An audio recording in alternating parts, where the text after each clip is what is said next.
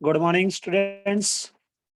जैसा कि हमारा जो विषय चल रहा है, क्या निराश हुआ जाए, हजारी प्रसाद द्विवेदी जी के द्वारा रचित ये निबंध हमारे पाठ्यक्रम में, और द्विवेदी द्वारा लिखित ये एक श्रेष्ठ निबंध माना गया है। तो आप पृष्ठ संख्या 39 निकाल लीजिएगा, पेन पेंसिल साथ में रखना।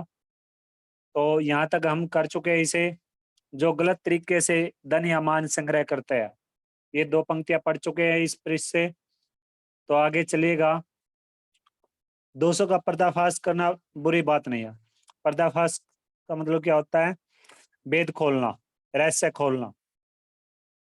बुराई यह मालूम होती है कि किसी के आचरण के गलत पक्ष को उद्घाटित प्रकट करके उसमें रस लिया जाता है, और दोषों उद्घाटन को एकमात्र कर्तव्य मान लिया जाता है।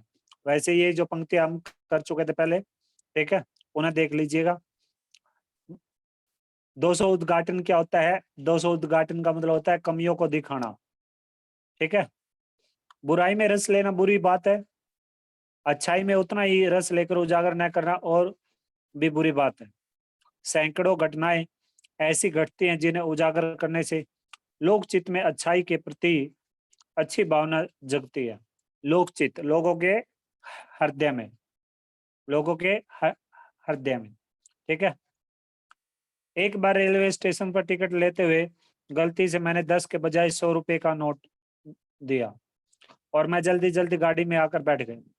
थोड़ी देर में टिकट बाबू उन दिनों के सेकंड क्लास के डिब्बे में हर आदमी का चेहरा पहचानता हुआ उपस्थित हुआ। उसने मुझे पहचान लिया और बड़ी विनम्रता के साथ मेरे हाथ में 90 रुपए रख दिए और बोला, यह बहुत गलती हो गई थी, आपने भी नहीं देखा, मैंने भी नहीं देखा, मैंने भी नहीं देखा। उसके चेहरे पर विचित्र संतोष की गरिमा थी। मैं चकित रह गया। विचित्र होता है हैरान, संतोष होता है शांति, ठीक है। और चकित रहना, ये मुहावरे का प्रयोग है। चकित रहने का मतलब होता है हैरान होना। चकित रहने का मतलब क्या होता है? हैरान होना, ठीक है। कैसे कहूं कि दुनिया से सच्चाई, इसमें आधा चय और आएगा, ये लिख लेना अपनी किताबों में। और ईमानदारी लुप्त हो गई है। लुप्त होना, गायब हो जाना, खत्म हो जाना, समाप्त हो जाना, दिखाई ना देना। वैसी अनेक अवांछित घटनाएं भी हुई हैं।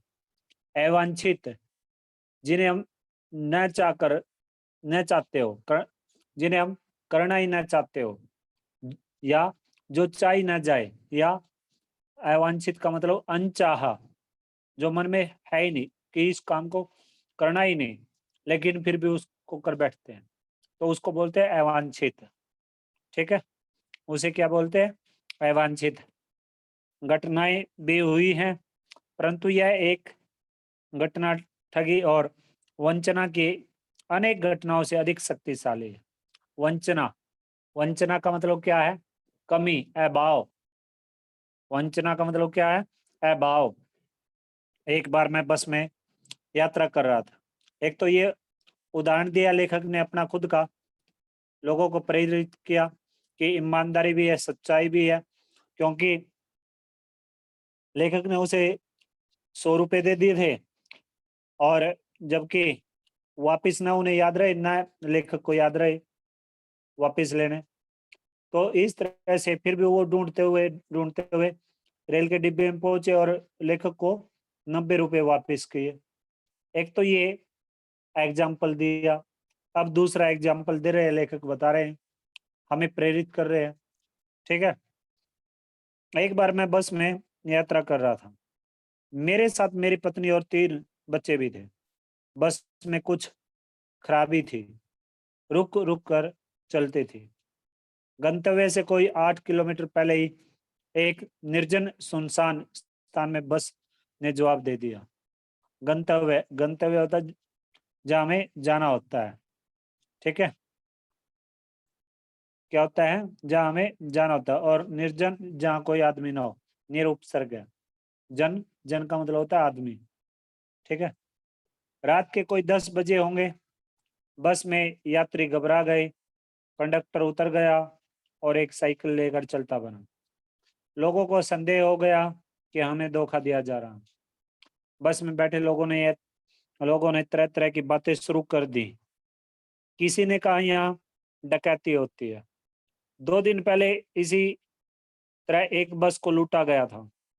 परिवार सहित अकेला मैं ही था। बच्चे पानी पानी चिल्ला रहे थे। पानी का कहीं ठिकाना न था। ऊपर से आदमियों का डर समा गया था। कुछ नौजवानों ने ड्राइवर को पकड़कर मारने पीटने का हिसाब बनाया। ड्राइवर के चेहरे पर हवाइयां उड़ने लगे। लोगों ने उसे पकड़ लिया। वह बड़े कातर ढंग से मेरी ओर देखने लगा और बोला, कातर कातर होता है टेढ़ी नजरों से देखना। कातर का मतलब क्या होता है? कातर मुद्रा से देखना, यानी कि रोने वाली सूरत से या डरे हुए रूप से देखना या टेढ़ी नजरों से देखना। ठीक है। तो मेरी ओर देखने लगा और बोला, हम लोग बस का कोई उपाय कर रहे हैं, बचाइए, ये लोग मारेंगे। डर तो मेरे मन में था, पर उसकी कातर मुद्रा देखकर, कातर मुद्रा क्या होती है? डरी हुई मुद्रा, डरा हुआ रूप देखकर मैंने यात्रियों को समझाया कि मारना ठीक नहीं है। परंतु यात्री इतने घबरा गए कि मेरी बात सुनने को तैयार नहीं हुए। कहने लगे, इसकी बातों में मत आइए, धोखा दे रहा। कंडक्टर को पहले ही डाकुओं के यहाँ भेज दिया है। मैं भी बहुत भयभीत था, पर ड्राइवर को किसी तरह मारपीट से बचाया। 1.5-2 घंटे बीत गए। मेरे बच्चे भोजन और पानी के लिए व्याकुल थे। मेरी और पत्नी की हालत बुरी थी। लोगों ने ड्राइवर को मारा तो नहीं, पर उसे बस से उतार कर एक जगह गिर कर रखा। कोई भी दुर्घटना होती है तो पहले ड्राइवर को समाप्त कर देना उन्हें उचित जान पड़ा। मेरे गिड़गिड़ाने का कोई विशेष असर नहीं पड़ा। गिड़गिड़ाना यानी कि मन्नतें मांगना। ठीक है, आगे चलिएगा। इसी समय क्या देखता हूँ कि एक खाली बस चली आ रही है और उस पर हमारा बस कंडक्टर भी बैठा हुआ है।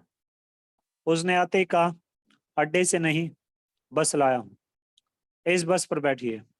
वह बस चलाने लायक नहीं है। फिर मेरे पास एक लोटे में पानी और थोड़ा दूध लेकर आया और बोला, पंडित जी, बच्चों का रोना मुझसे देखा नहीं गया, कहीं दूध मिल गया, थोड़ा लेता आया। यात्रियों में फिर जान आई। सब ने उसे धन्यवाद दिया, ड्राइवर से माफी मांगी और 12 बजे से पहले ही सब लोग बस अड्डे पहुंच गए। कैसे कहूं कि मनुष्यता एकदम समाप्त हो गई। कैसे कहूं कि लोगों में दया माया रह ही नहीं गई। जीवन में ये जाने कितनी ऐसी घटनाएं हुई हैं जिन्हें मैं भूल नहीं सकता। ठगा भी गया हूं, धोखा भी खाया है, परंतु बहुत कम स्थलों पर विश्वासघात नाम की चीज मिलती है। केवल उन्हीं बातों का हिसाब रखो जिनमें धोखा खाया है, तो जीवन कष्टकर हो जाएगा। परंतु ऐसी घटनाएं भी बहुत कम नहीं है जब लोगों ने अकारण सहायता की है। अकारण होता है बिना कारण के। अकारण का मतलब क्या होता है? बिना कारण के। निराश मन को ढांढस दिया है। ढांढस होता है हौसला देना, विश्वास में लेना और हिम्मत बंधाई है। कविवर रविंद्रनाथ ठाकुर ने अपने प्रार्थना गीत में भगवान से प्रार्थना की थी कि संसार में केवल नुकसान ही उठाना पड़े, धोखा ही खाना पड़े, तो ऐसे अवसरों पर भी हे प्रभु मुझे ऐसी शक्ति दो कि मैं तुम्हारे ऊपर संदेह न करूं। मनुष्य की बनाई विधियां गलत नतीजे तक पहुंच रही है, तो इन्हें बदलना होगा। वस्तुतः आए दिन इन्हें बदला ही जा रहा है, लेकिन अब भी आशा की ज्योति बुझी नहीं है। महान भारतवर्ष को पाने की संभावना बनी हुई है, बनी रहेगी। मेरे मन निराश होने की जरूरत नहीं है। अब देखो, ये इस प्रकार की जो घटनाएं है, जो बस कंडक्टर, बस के में जो बच्चे थे, लेखक का बच्चा था, उसके लिए भोजन इत्यादि या दूध इत्यादि का जो प्रबंध उसने किया। ठीक है। और जो वो रेलवे बाबू था उसने क्या किया, टिकट बाबू, उसने लेखक को 90 रुपए वापस किए। तो इस तरह से ये जो चीज़ें हैं, ये इस प्रकार की घटनाएँ ऐसे-ऐसे आदमियों को देखकर लेखक के मन में यही आशा जगती है कि हमें निराश होने की आवश्यकता नहीं है। आज भी संसार में ईमानदारी भी है, सच्चाई भी है, आध्यात्मिकता भी आज भी विद्यमान है, ठीक है? लेकिन काफ़ी लोग ठगे भी जाते हैं, धोखा भी खाते हैं और लूट-खसोट भी होते हैं उनके साथ, लेकिन फिर भी वो परमपिता परमात्मा पर कोई संदेह नहीं करते, ठीक है? वो विश्वास रखते हैं और कुछ लोग 1-2 घटना उनके साथ घटती है, तुरंत ही परमात्मा से, अपने मित्र गणों से, जो भी उसके सहयोगी गण हैं, उन सभी से रिश्ता नाता तोड़ लेते हैं। तो हमें इतनी जल्दबाज़ी नहीं करनी चाहिए, हमें उसकी तह तक पहुँच कर ही कोई आगे क कदम उठाना चाहिए। अगर कोई हमारे साथ ऐसे कोई घटना घटित होती है, तो सोच समझ के साथ ही, पूरे विवेक के साथ ही हमें आगे का कदम उठाना चाहिए, ठीक है? तो ये अध्याय था, ये अध्याय आपका समाप्त हो गया। अब इसमें से जो सबसे पहले तो आप बहुविकल्पीय प्रश्न देख लीजिएगा, क्योंकि फिर जो अभ्यास के प्रश्न हैं, फिर उन्हें जानेंगे। पहल पहले आप ये जानिए, बहुविकल्पीय परीक्षा उपयोगी बहुत महत्वपूर्ण है, ठीक है? तो पहला बनेगा, क्या निराश हुआ जाए? इस पाठ के लेखक कौन है? तो कौन है इस पाठ के लेखक? श्री हजारी प्रसाद द्विवेदी जी। आगे है, मेरा मन कभी-कभी क्या करता है? मेरा मन कभी-कभी क्या करता है? तो जो लेखक का मन कभी-कभी बैठ भी जाता है। बिल्कुल ही वो अपने विचारों में खो जाते हैं। देश में कैसा आदमी नहीं रह गया? देश में ईमानदार तो है ही नहीं। देखिए, देश में भ्रष्टाचारी भी मिल जाएँगे, ठगी भी मिलेंगे, तस्कर भी मिलेंगे।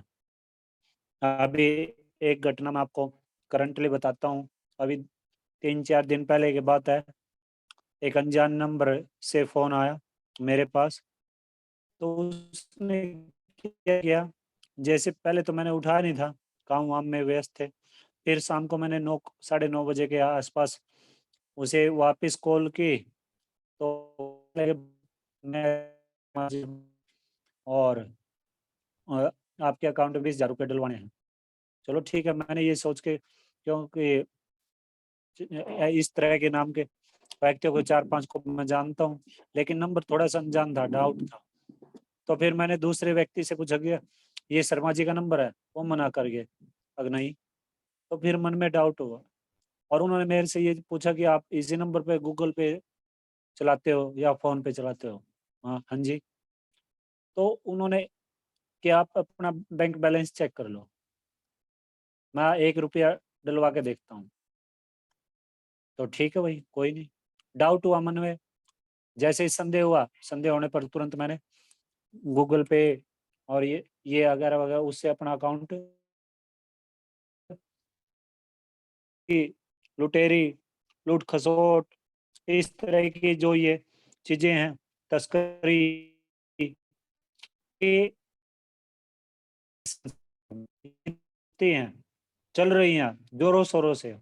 जो ये ठग है, भ्रष्टाचारी है, तस्कर है, आज आप देखोगे इनके पास पैसा ही पैसा होगा,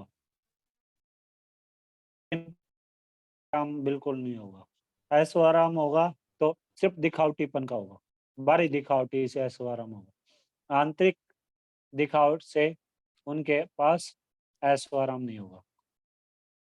आगे चलिए, हर व्यक्ति को कैसी दृष्टि से देखा जाता है? हर व्यक्ति को संदेह की दृष्टि से आज के समय में देखा जाता है। बड़े आदमी के अनुसार जो कुछ नहीं करता वह क्या है? बड़े आदमी के अनुसार जो कुछ नहीं करता वह क्या है? वह बड़े आदमी के अनुसार जो कुछ नहीं करता वो आज के समय में सुखी है। आगे चलिएगा, श्रमजीवियों की कैसी दशा हो गई है? श्रमजीवियों की जो दशा है वो श्रमजीवी आज के समय में मेहनत करने वाले पीस रहे हैं, दिन प्रतिदिन पीस रहे हैं। उनसे काम ज़्यादा लिया जाता है, लेकिन पैसा उन्हें बहुत ही कम मिलता है। वर्तमान युग में ईमानदारी किसका पर्यायी समझी जा रही है? वर्तमान युग में ईमानदारी जो है, वो मूर्खता का पर्यायी समझी जाने लगी। मूर्खता का, यानी कि जो ईमानदार व्यक्ति है उसको मूर्ख समझा जाता है आज के दौर में। आगे चलिए, भारतवर्ष ने कभी भी किन वस्तुओं के संग्रह पर बल नहीं दिया? भारतवर्ष ने कभी भौतिक वस्तुओं के संग्रह पर बल नहीं दिया। कौन सी वस्तुओं के संग्रह पर बल नहीं दिया? भौतिक वस्तुओं के। भारतवर्ष में कानून को सदा किस रूप में देखा गया है? भारतवर्ष में कानून को सदा धर्म के रूप में देखा गया। फिल्मों में देखते हो ना, वो तराजू तोली जाती है, अंधा कानून वगैरह वगैरह, इस तरह के संवाद आपको सुनाई देते हैं। चित्र वगैरह वगैरह भी देखते हो आप कानून से संबंधित, ठीक है। रेलवे स्टेशन पर लेखक ने 10 के बजाय कितने रुपए का नोट दे दिया? रेलवे स्टेशन पर लेखक ने 10 के बजाय कितने रुपए का नोट दिया था? 100 का।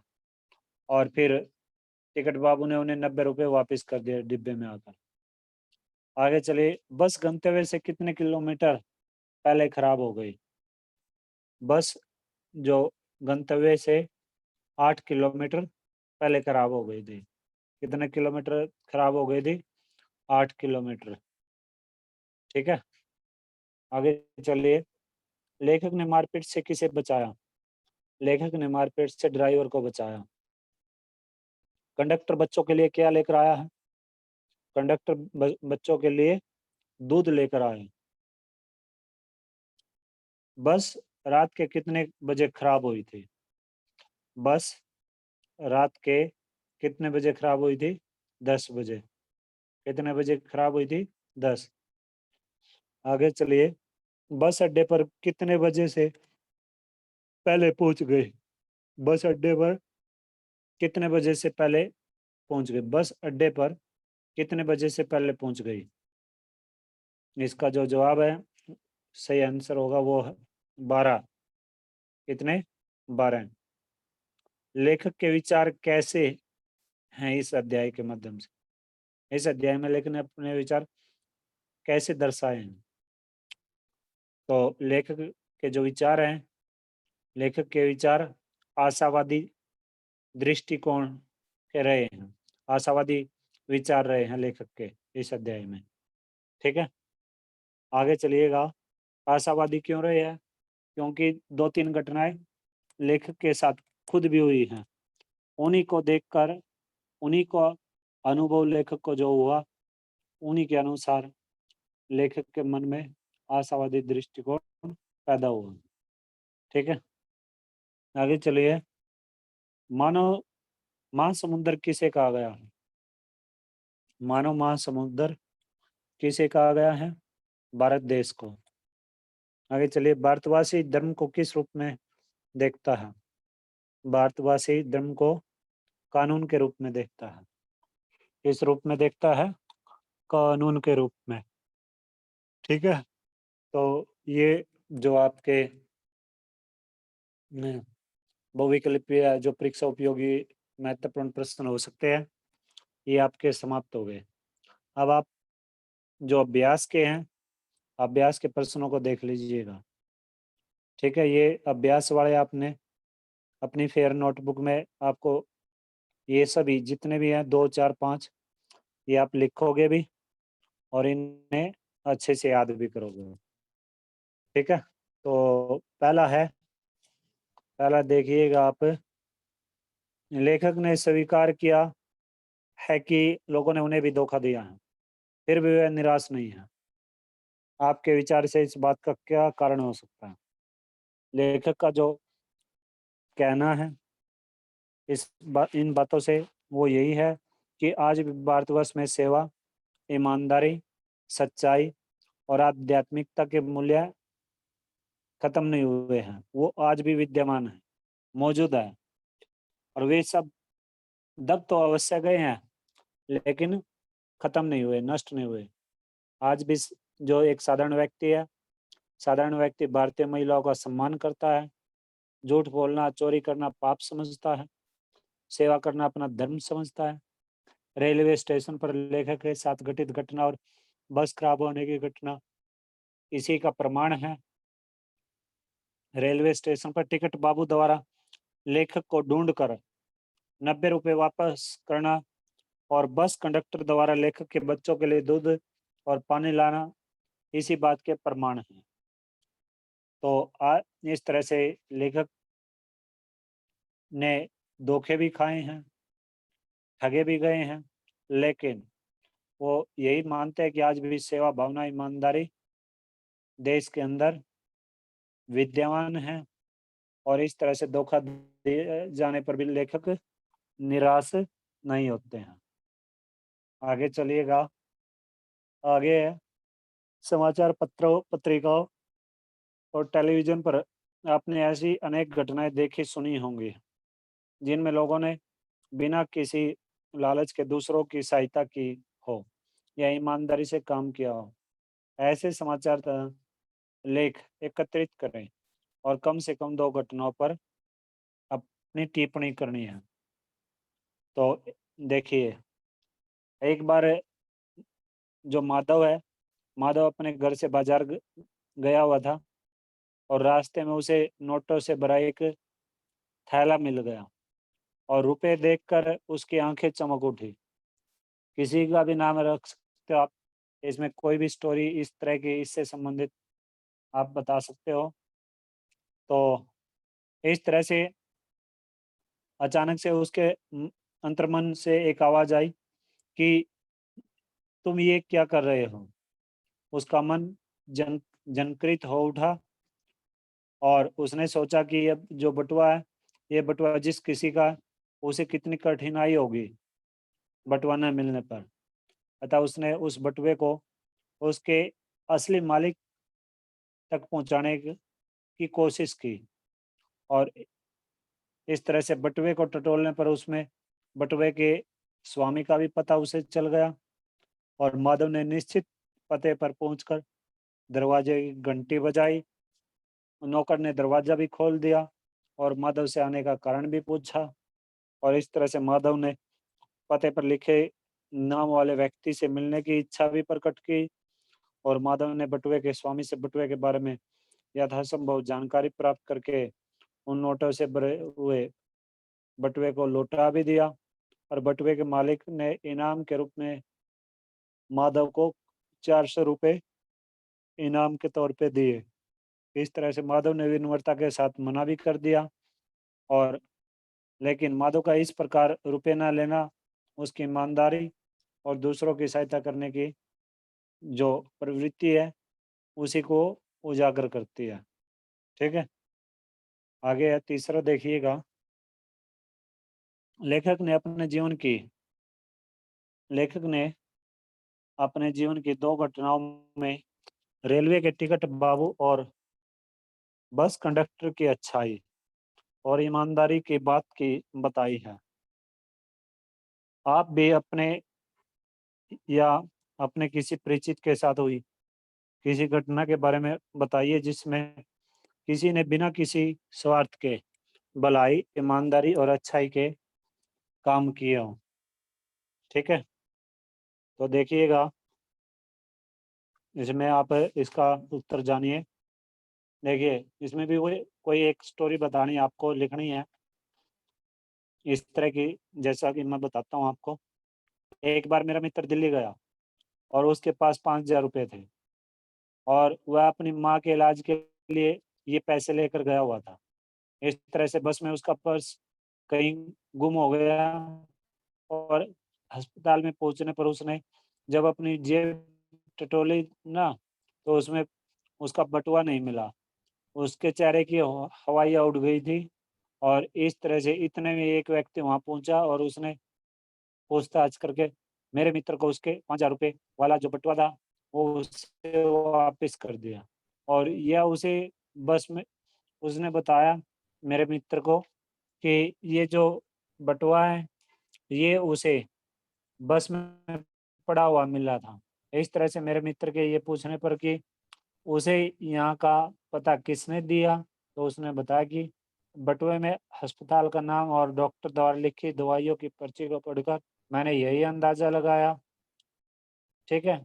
तो इस तरह से मेरा मित्र उस अनजान व्यक्ति द्वारा दी गई सहायता और उसकी ईमानदारी को आज भी याद करता है। तो ये जो अभ्यास के प्रश्न है, अब आप देखिएगा जो इसमें से जो ये है आगे के 2 पर्दाफाश वाले 200 का पर्दाफाश करना कब बुरा रूप ले सकता है? इस प्रकार समाचार और कार्यक्रमों की सार्थकता पर तर्क सहित उत्तर दीजिए। देखिए 200 का पर्दाफाश करना तब बुरा रूप ले सकता है जब वह समाज, संस्कृति व सभ्यता के विरुद्ध हो। वैसे किसी भी अवगुण या दोष को उजागर करना गलत काम नहीं होता, लेकिन समाज में उसके उजागर होने पर लोगों पर उसका क्या प्रभाव पड़ेगा, ये बात बहुत ही महत्वपूर्ण हो जाती है। अश्लीलता एवं नग्नता जैसे दोषों को उजागर करने पर कुछ लोग इसमें लिप्त भी हो जाते हैं और समाज के हित में नहीं रहते। इस तरह से उक्त विषयों में दोषों को पर्दाफाश करना एक बुरा रूप ले सकता है। आजकल के बहुत से समाचार पत्र या समाचार चैनल दोषों का पर्दाफाश कर रहे हैं। कैसे? समाचार पत्र और समाचार चैनलों के द्वारा दोषों का पर्दाफाश करने का मुख्य कारण समाज को जागृत करना होता है। और जब व्यक्ति विशेष रूप से जागृत हो जाता है, तो वह गुण दोष की परिभाषा को स्वयं जान भी सकता है और समझ भी सकता है। और सभी समाचार पत्र लोगों को एकजुट करने का काम करते हैं, तो भाईचारे की भावना उनके अंदर पैदा करते हैं। नित्य नए नए दोषों हमें सचेत करने का काम करते हैं। इस तरह से समाचार चैनल भी इसी प्रकार सीडी प्रकरण दिखाकर भी रिश्वतखोरी और दोषियों को सबके सामने उजागर कर लोगों को बताते हैं कि बुरा काम हमें नहीं करना चाहिए, इससे समाज गति नहीं कर पाएगा। इस तरह से इन कार्यों द्वारा वह समाज को नया रास्ता देने की कोशिश करता है और वे लोगों को अपने गुणों की पहचान कर जीवन में आगे बढ़ने की प्रेरणा देते हैं। ठीक है? आगे चलिएगा, कारण बताइए हमें। कारण बताइए में आप दोनों तीनों प्रश्न देखिएगा। तीनों सच्चाई केवल बीरो और बेबस लोगों के हिस्से पड़ी है। देखिए इस पाठ में लेखक ने बताया कि आज इस छल कपट की दुनिया में ईमानदारी का कोई स्थान नहीं रहता। ईमानदार व्यक्ति को मूर्ख समझा जाता है और छल कपट करने वाले समझते हैं कि वही व्यक्ति सच्चाई का पल्ला पकड़े बैठा है। जो डरपोक और आश्रयहीन है और जिनकी ऊंची ऊंची पहुंच होती है। ठीक है? और परिणाम झूठ का बोलबाला बढ़ेगा और सच्चे लोग पीछे रह जाएंगे। ये इसका परिणाम होगा।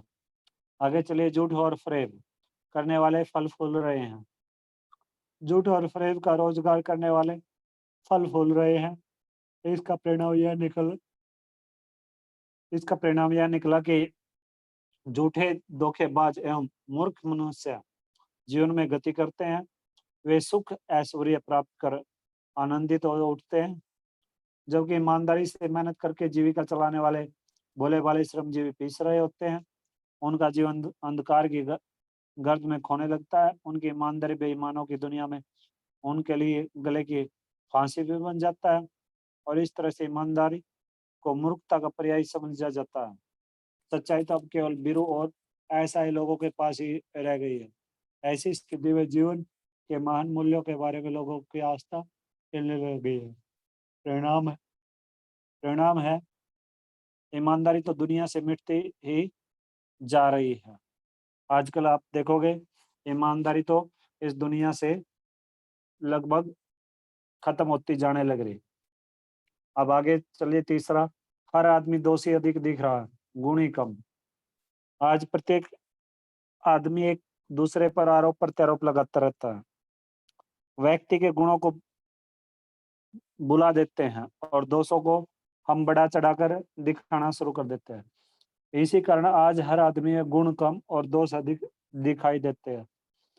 इसका जीता जागता उदाहरण बस ड्राइवर और कंडक्टर के रूप में हमें देखने को मिलता है।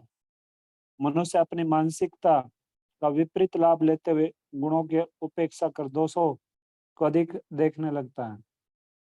इसी कारण मानव दोषी अधिक और गुणी कम दिखाई देता है। इसका जो परिणाम है, हम दोषों का उल्लेख ज्यादा करते हैं और गुणों को मन में छिपा कर रखते हैं। ठीक है, आगे चलिए। जो परीक्षा उपयोगी महत्वपूर्ण हो सकते हैं वो देखिएगा इस अध्याय में। पहला, किस प्रकार के आचरण को निकृष्ट कहा जाता है? जो अपने इंद्रियों के वश में जो अपनी इंद्रियों को वश में कर सकता है उसे ही निकृष्ट आचरण कहा जाता है।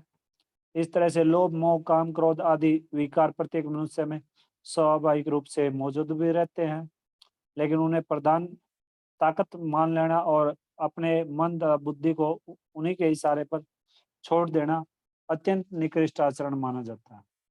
मनुष्य के अपने आप को सदा संयम के बंधन में बांध कर रखने का प्रयत्न करना चाहिए। आगे चलिए। उसके चेहरे पर विचित्र संतोष की गरिमा थी, मैं चकित रह गया। लेखक का बताना इस पाठ में कहना है कि एक बार रेलवे स्टेशन पर टिकट लेते हुए गलती से मैंने 10 के बजाय 100 रुपये दे दिए थे और मैं गाड़ी में आकर बैठ गया था। थोड़ी देर बाद टिकट बाबू मुझे ढूंढते ढूंढते वहां तक पहुंच गया जहां मैं जिस डिब्बे में मैं बैठा हुआ था, और मुझे आकर बड़ी विनम्रता के साथ मेरे हाथ में 90 रुपये वापस रख दिए और बोले कि ये उसने मुझसे बहुत बड़ी गलती हो गई है, आपने भी नहीं देखा, मैंने भी नहीं देखा। रुपये देते समय उसके चेहरे पर अद्भुत संतोष झलक दिखाई दे रहा था, मानो उसके सिर से एक बहुत बड़ा बोझ उतर गया हो। यह देखकर मैं हैरान रह गया। मुझे लगा कि सच्चाई और ईमानदारी अभी दुनिया से खत्म नहीं हुई है। आगे चलिएगा। लेखक ने कंडक्टर के चरित्र से क्या प्रभावित लेखक कंडक्टर के चरित्र से क्यों प्रभावित हुआ? बस कंडक्टर के चरित्र की जो प्रमुख विशेषता है वो है कर्तव्य पालन और दया भावना। उसने इंसानियत के तौर पर एक उदाहरण प्रस्तुत किया। वो क्या था? बस के खराब हो जाने के बाद कंडक्टर बिना किसी से पूछे ताछे बस अड्डे से दूसरी बस लेने के लिए चला गया था और नई बस लेकर आते समय वह एक लोटे में पानी और थोड़ा दूध भी लेकर आया। उसने लेखक से कहा कि मुझसे बच्चों का रोना धोना देखा नहीं जाता, इसलिए ये सब लेकर आया हूँ। उसके इस व्यवहार से लेखक बहुत प्रभावित हुए। उसे लगा कि अभी दया भाव और मनुष्यता खत्म नहीं हुई है। ठीक है, आगे चलिएगा। किन घटनाओं के आधार पर लेखक को यह लगा कि मनुष्यता अभी समाप्त नहीं हुई? वही दो घटनाएं आप इसमें बताओगे, एक तो टिकट बाबू वाले और दूसरी कंडक्टर वाले। ठीक है, तो ये दोनों घटनाएं लिख देना इसमें। आगे चलिए। बुराई में रस लेना बुरी बात है, अच्छाई में उतना ही रस लेकर उजागर न करना और भी बुरी बात है। क्यों? देखिए, लेखक के जो विचार है वो ये है कि कुछ लोग दूसरों की बुराई का रस लेकर आनंद प्रकट करते हैं, जो कि बुरी बात होती है, और दूसरों की बुराई को प्रकट करके आनंद लेना जितना बुरा काम होता है उससे कहीं अधिक बुरा दूसरों की अच्छाई को करना प्रकट न करना होता है। और इस तरह से हमें अपने चारों ओर अनेक अच्छाइयाँ दिख जाएंगी, लेकिन कोई भी उन्हें किसी के समक्ष प्रकट नहीं करता। यदि कोई प्रकट करता है तो संकोच के साथ उसे देखा जाता है, और इस तरह से अच्छाई को प्रकट करने से निश्चय अच्छाई का वातावरण बनता है, और बुराई को प्रकट करने से बुराई का। इसीलिए किसी की अच्छाई को प्रकट करते हुए हमें कभी पीछे नहीं देखना चाहिए। अब आगे चलिएगा आप। आगे रविंद्रनाथ ठाकुर ने भगवान से क्या प्रार्थना की और क्यों? रविंद्रनाथ ठाकुर ने भगवान से यही प्रार्थना की कि हे प्रभु, यदि संसार में केवल नुकसान ही उठाना पड़े और धोखा ही खाना पड़े तो भी ऐसे अवसर पर मुझे ऐसी ताकत दो कि मैं तुम्हारे ऊपर किसी प्रकार का संदेह न करूं। और रविंद्रनाथ ठाकुर ने यह प्रार्थना की थी कि संसार में मिलने वाले धोखे और हानि से कई बार मनुष्य के मन को निराशा भी देखने को मिलती है, और इस तरह से विकट परिस्थिति में जो व्यक्ति निराश नहीं होता वो अपने लक्ष्य को आसानी से प्राप्त कर लेता है। आगे चलिए। महान भारतवर्ष को पाने की संभावना बनी हुई है और बनी रहेगी। लेखक के इस कथन से हमें क्या संदेश मिलता है? लेखक का जो ये कथन है, इससे हमें यही संदेश मिलता है कि हमें केवल कुछ बुराइयों को देखकर निराश नहीं होना चाहिए। इस देश में ईमानदार, कर्तव्य परायण और अच्छे लोगों की कमी नहीं होती। हमारा देश बुराइयों पर अवश्य विजय प्राप्त कर सकता है। हम फिर महान भारत को प्राप्त कर सकते हैं। हमें धैर्य से उसकी प्रतीक्षा करनी चाहिए। मनुष्य को बनाई विधियां गलत नतीजे तक पहुंचा रही है, इन्हें हमें बदलना होगा। तो ये जो इसमें परीक्षा उपयोगी महत्वपूर्ण प्रश्न उत्तर हैं वो मैंने आपको बता दिए, और भी इसमें से निकल सकते हैं। अब आप ये जितने भी अभ्यास के और ये